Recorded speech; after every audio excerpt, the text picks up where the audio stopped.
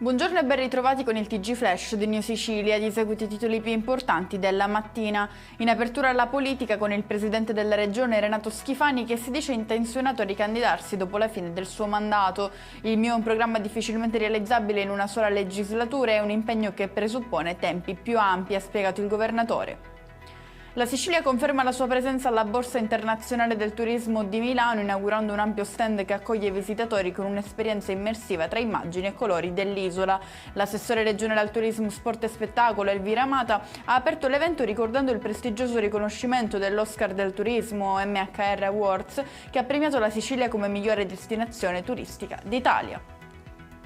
E ora passiamo alla cronaca. Sono riprese oggi le ricerche dei 3 cadaveri avvistati in mare ieri sera nelle acque antistanti il porticciolo turistico di Maria di Palma di Montechiaro in provincia di Agrigento. Le forze dell'ordine hanno avviato le ricerche senza però ottenere ancora risultati. Ci spostiamo a Gela, in provincia di Caltanissetta, dove la Polizia di Stato ha arrestato 3 persone per un tentato omicidio commesso nel settembre 2022. Si chiude così il periodo di indagini successivo alla duplice sparatoria che, secondo quanto emerso, deriverebbe da un regolamento di conti. Maltrattamenti, minacce e molestie, questo è l'incubo che una donna di Catania ha vissuto tra alcol e percorsi da parte dell'ex compagno 42enne. L'uomo, ora in carcere, avrebbe ripetutamente manifestato una morbosa gelosia nei confronti della vittima. E con questo è tutto, prossimo appuntamento più tardi alle 19:30. Grazie per averci seguito, buon proseguimento di giornata.